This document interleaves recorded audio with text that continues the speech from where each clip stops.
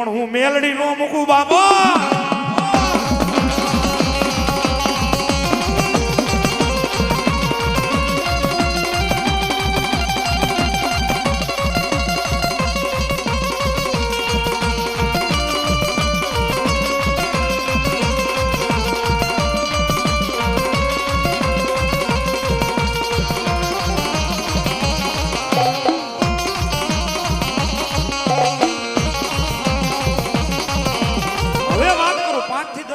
પ્રસંગ છે, જો કે જાજો સમય નથી આપણી આગળ, પણ એક 10 મિનિટની માતાજી મેલડી માતાજીની વાત કરું. આ માતાજી મેલડી શું કરે, આ શું આપે, આ શું લઈ લે અને આ શું કરી બતાવે. હે નાનો એવો માણા મેં હમણાં આ સ્ટેજ ઉપર અમે આવ્યા ત્યારે ભાઈ કોણ હતું મને નામ તો નથી આવડતું, એ ભાઈ એમ કહેતા હતા કે સાવકાર માણાની નો હોય માતાજી દુનિયાની માલિપા. સાવકાર માણાની ના સાહેબ, સાવકાર માણા કોઈથી રૂપિયાથી હોતો જ નથી. હા આપણે અહીંયા પ્રોગ્રામ ચાલુ છે, આમથી કોઈ 20 લાખની ગાડી આવે, અંદરથી ઉતરે, 1/2 કિલો હોનું પહેરીને આમ આયલો આવતો હોય, આપણને ઓહો એ સુખી છે એવું નહીં માની લેવાનું છે. એ સુખી જ છે એવું નહીં માની લેવાનું. પછી કદાચ કોઈ પંખા વગરની સાયકલ લઈને મારી ઘોડે આવતો હોય એટલે એની સામું જોઈને દાંતે નહીં કરે મારો બેટો એ દુખી છે એવું નહીં માનવાનું. એ દુખી છે એવું નહીં માનવાનું. કારણ સિકંદર હતો ને સાહેબ, સિકંદર માત્ર ને માત્ર 23 વર્ષની એની ઉંમર હતી. 23 વર્ષની ઉંમરમાં એ પોણી દુનિયાનો માલિક બની ગયો, પોણી દુનિયા ઉપર રાજ કરતો હતો. આ એક મરમ તમને સમજાવું છું. આ માં વાત તો માતાજીને જ કરું છું, વચમાં એક ટપોર લઈ લઉં. આ માણસનો પોણી દુનિયાનો માલિક હતો, પોણી દુનિયાનો માલિક હતો ને જેથી ભારતની માલિકા એને નજર પડી અને આ ભારતની ધરતી ઉપર જેથી એને પગલા માંડ્યા ને, ભારતની માલિકા જેથી એને પગલા માંડ્યા ને એટલે એના સિપાહીઓ આગળ હાલતા હતા. એક ફકીર, એક બાવો, એક આપણો સાધુ હાલ્યો જતો હતો. એને કહેવા માંડ્યા બાપુ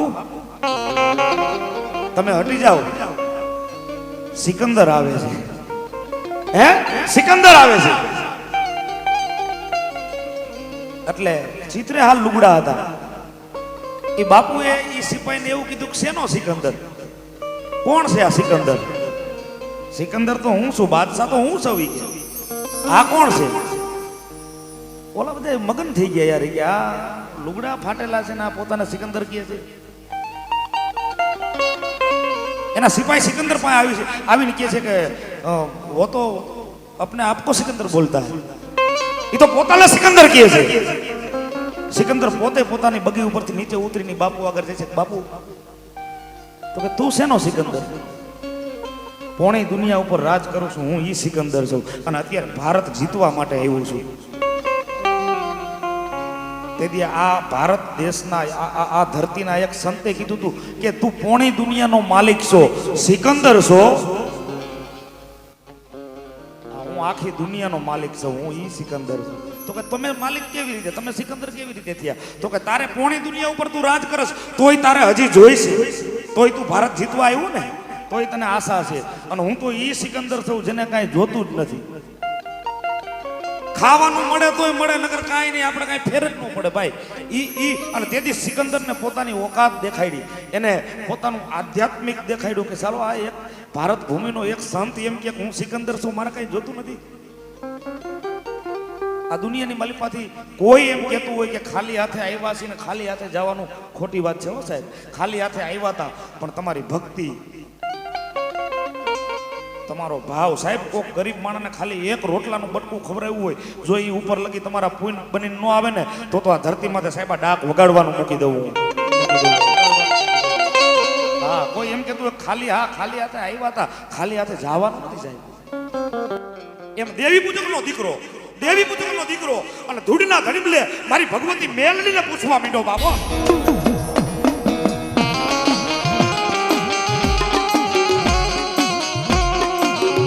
હે જોજો આ સાવકાર માણાની ગરીબ માણાનો તફાવત તમને કહો. દેવી પૂજકનો દીકરો સિથરે હાલ લુગડા અને ધૂળના ધડીમલે આવી અને મારી મેલડીને કેવા માંડ્યો, મારી મેલડી મેલડી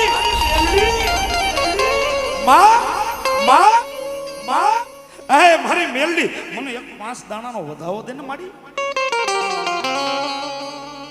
કોણ કે જગલા નામનો દેવી પૂજકનો દીકરો પોતાના ધૂળના ધડીમલે મેલડીનો ધીમો ધીમો ધીમો ધીમો ધીમો ધીમો ધીમો ધીમો ધીમો ધીમો ધીમો બરસ અને મારી મેલડીને કેવું મળે મારી એક 5 દાણાની જાહેર દે ને મારી 5 દાણાનો વધાવો દે ને અને તેથી ધૂળના ધડીમલાની મલપાથી મારી મેલડી હોનલ મુખી નાગણી બોલી બેટા 5 દાણાના વધાવાને તારે શું કરવું છે કે હે મહા મને 5 દાણાનો વધાવો દે ને મળી તો એક ચોરી કરવા જાવ છે હે અને તેથી મેલડી હોનલ મુકી નાગણી થઈ કે હે મારા દીકરા એ જગમાલ એકવાર તું કદાચ અવાજ કર મારા દીકરા આંગરી સિંધ અને સીડા નો પાડી નાખું તો તારી મેલડી નો કહેવાય મેલડી નો કહેવાય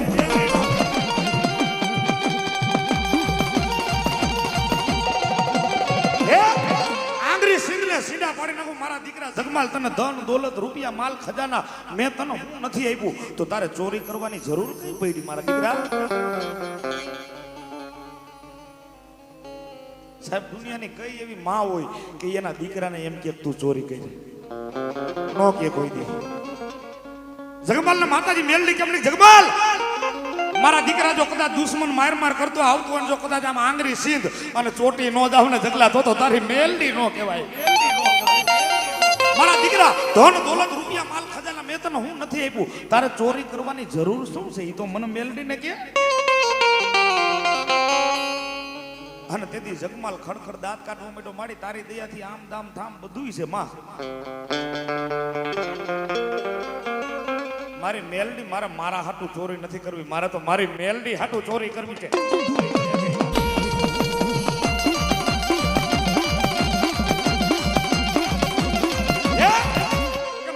મારા હાટુ ચોરી નથી કરવી મારે તો મારી મેલડી હાટુ ચોરી કરવી છે કે શેની ચોરી કરવી છે હે માં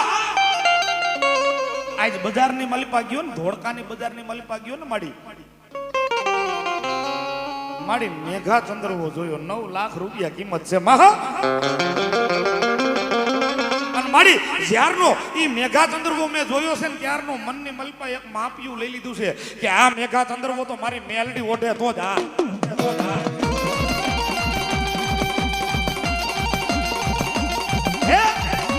આ મેઘા ચંદ્રવો તો મારી મેલડી ઓઢે તો જ હા પણ માડી આખી દુનિયાની માલિકા ઓનલી વન પીસ એટલે કે એક જ છે 9 લાખ રૂપિયાની કિંમત છે 9 દુ 18 લાખ રૂપિયા આપી તો એને વેચવાનો નથી માડી એને કાં તો લૂંટીને લઈ આવવો પડે ને કાં તો ચોરી કરીને લઈ આવવો પડે માડી લૂંટીને લઈ આવવું એટલી મારી પાસે સત્તા નથી પણ જો કદાચ મને મારી મેલડી એક 5 દાણાની જાહેર થઈ અને મને મારી મેલડી જો રજા આપતી હોય તો માડી એને ચોરી કરવા જવું છે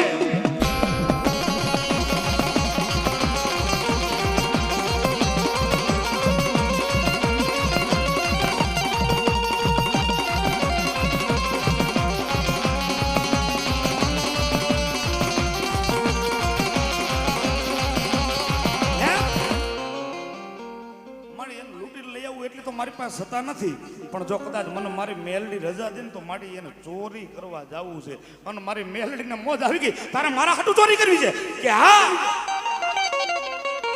જગલા મારા હાટુ ચોરી કરવી છે કે હા મારી તારા હાટુ કરવી છે અને મારી મેલડીને મોજ આવી ગઈ બા ધૂળના ધડીમલે હોનલ મૂકી નાગણી થઈ અને લડાવો કરી ગઈ આલે જગલા આલે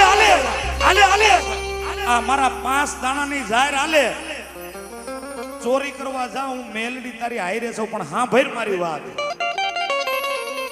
હે જોજો એનો વિશ્વાસ કેવો હોય છે જગલા આલે મારા 5 દાણા ચોરી કરવા જા પણ હા ભૈર મારી વાત દુનિયા આખીના ચોર જેથી ચોરી કરે ને કાળી રાતે ચોરી કરવા જાય હે દુનિયા આખીના ચોર જ્યારે ચોરી કરવા જાય ને એ કાળી રાતે જાય પણ જા સવારનો દલ ઉગે રાજા કરણની વેળા થાય ને ત્યારે ચોરી કરવા જાજે હું મેલડી કહું છું બાપ મેલડી કહું છું બાપ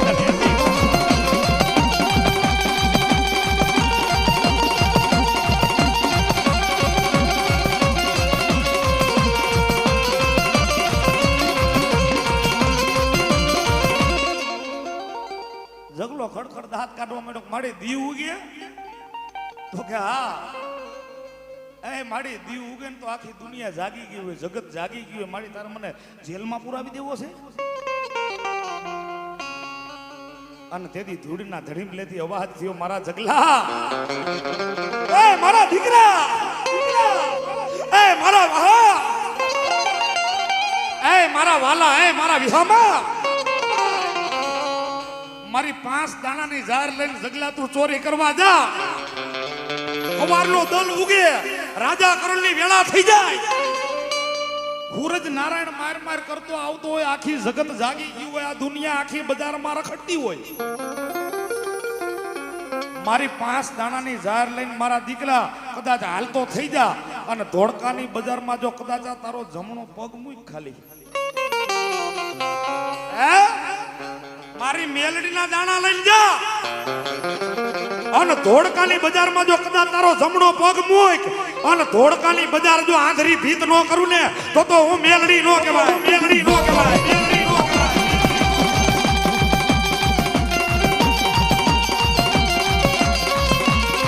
હવે હારા સરપંચ, ગામના હારા સરપંચ નો ટેકો મળી જાય ને તોય આપણે આમ જો પછી આમ જમીનથી એક હોય તધર હાલી ભાઈ. તો હવે આ તો માતાજીએ કહી દીધું કે જાઉં હું તારી હારે છું, પછી એને કેટલો પાવર આવી જાય. પછી જગમાલ હાયલો હો ભાઈ, જગમાલ એ ચોરીઓ કરવાઈ જગમાલ હાયલો.